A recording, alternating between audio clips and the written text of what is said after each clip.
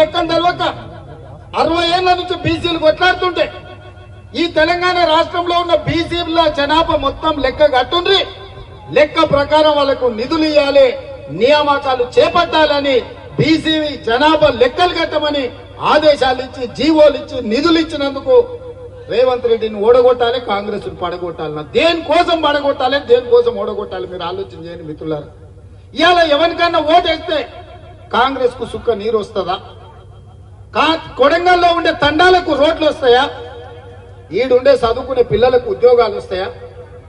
ఇవాళ వాడు చెప్పిండనో వీడు చెప్పిండనో మతం పేరు మీదనో భాష పేరు మీదనో పంచాయతీలు పెట్టి కలిసిమెలిసి ఉండే కోస్గిలో ఇవాళ పంచాయతీలు పెట్టి కాడికి వచ్చారు. ఎన్నడన్నా కోస్గిలో ఎన్నడన్నా కొట్లాడుకున్నావా? శ్రీరామనవమికి వాళ్ళు వచ్చి పీర్ల పండుగకు మనం పోతుంది. ఎన్నడన్నా మన మధ్యలో పంచాయతీ ఉందా? గెట్టు తగాదా ఉందా లేకపోతే ఆస్తి తగాదా ఉందా? కానీ ఇవాళ ఓట్ల కోసం మళ్ళీ పంచాయతీలు పెట్టాలని కొంతమంది బయలుదేరారు. ఇది మన ప్రాంతానికే మంచిది కాదు మిత్రులారా, ఆలోచన చేయండి. కొడంగల్ అంటే ప్రశాంతం.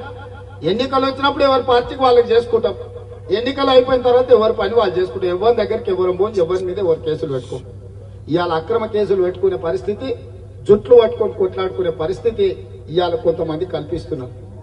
అందుకే మిత్రులారా, ఈ కొడంగల్లో ఈ 5 ఏళ్లు నేను ఒక్కటే మాట చెప్పదలుచుకుని ఇక్కడ ఉన్న పెద్దలందరికీ, ఇక్కడ ఉన్న యువకులందరికీ, ఈ 5 ఏళ్లు రాజకీయాలు వద్దు. ఈ 5 ఏళ్లు ఎవ్వని గురించి ఎవ్వడు భ్రమలు కల్పిస్తే భ్రమలు పడకండి.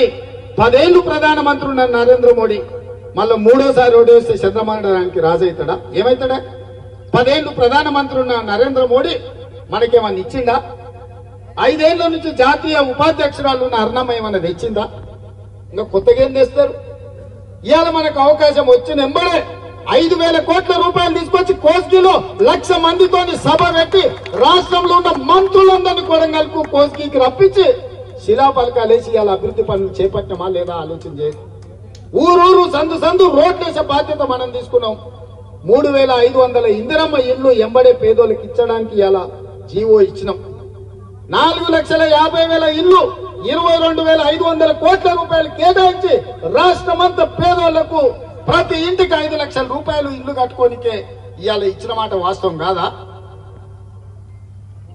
ఒక్క కొడంగల్లో నేను 40 కోట్ల రూపాయలకు సీసీ రోడ్లు ఇచ్చినాం, డబల్ రోడ్లు ఇచ్చినాం, ప్రతి తండాకు రోడ్లు ఇచ్చినాం. దాదాపుగా 700-800 కోట్ల రూపాయలు 100 రోజుల్లో కొడంగల్లో రోడ్ల కోసం ఇచ్చిన మాట వాస్తవం కదా?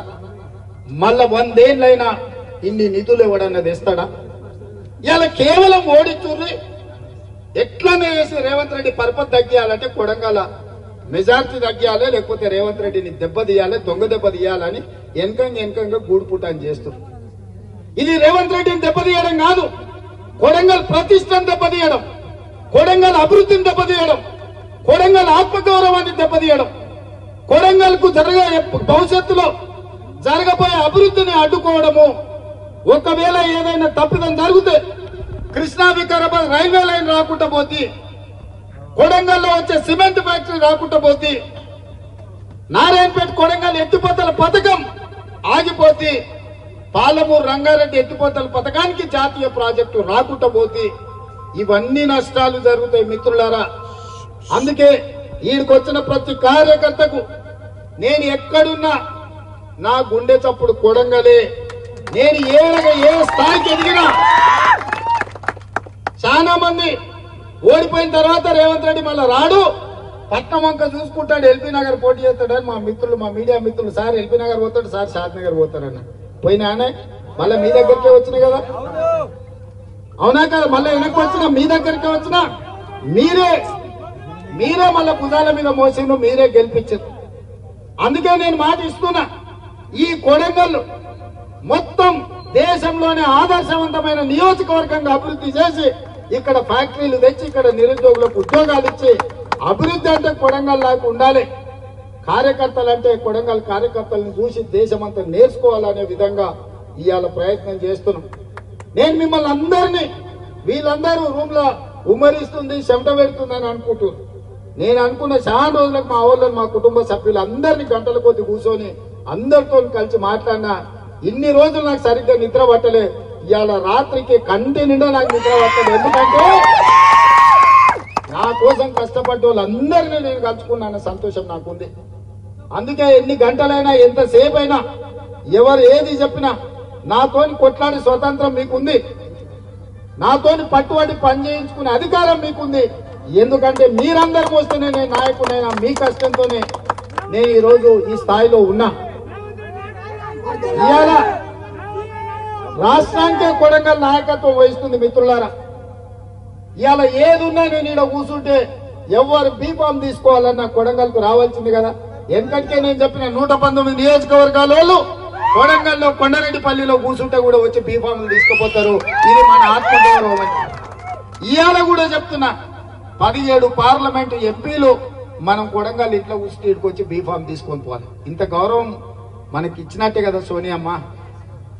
ఇవాళ మన గౌరవాన్ని తగ్గించడానికి కుట్రలు జరుగుతున్నాయి, మనల్ని దెబ్బతీయడానికి పన్నాగాలు పన్నుతున్నారు. వీటన్నిటిని దృష్టిలో పెట్టుకోండి. ఎవరేమి దేరు ఇన్నేళ్లు చూసిండ్రు, అర్ణమ్మ మంత్రి ఉన్నప్పుడు చూసిండ్రు, టీఆర్ఎస్ అధికారంలో ఉన్నప్పుడు చూసిండ్రు, నరేంద్ర మోడీని ప్రధానమంత్రిగా చూసిరు. 10 ఏళ్లలో 10 పైసలు కూడా మనకి ఇయ్యలేదు. మనం సచ్చినమా బతికినమా అని మనల్ని ఎవరు అడగలే. 100 రోజుల్లో సోనియమ్మ ఇందిరమ్మ రాజ్యం వస్తే సోనియమ్మ నాయకత్వంలో కొడంగల్కు 5,000 కోట్ల రూపాయల అభివృద్ధికి వచ్చినాయి. ఇవాళ అన్ని కాలేజీలు వచ్చినాయి, అన్ని ఫ్యాక్టరీలు వస్తున్నాయి, అన్ని కొడంగల్కు శుభ సూచకం.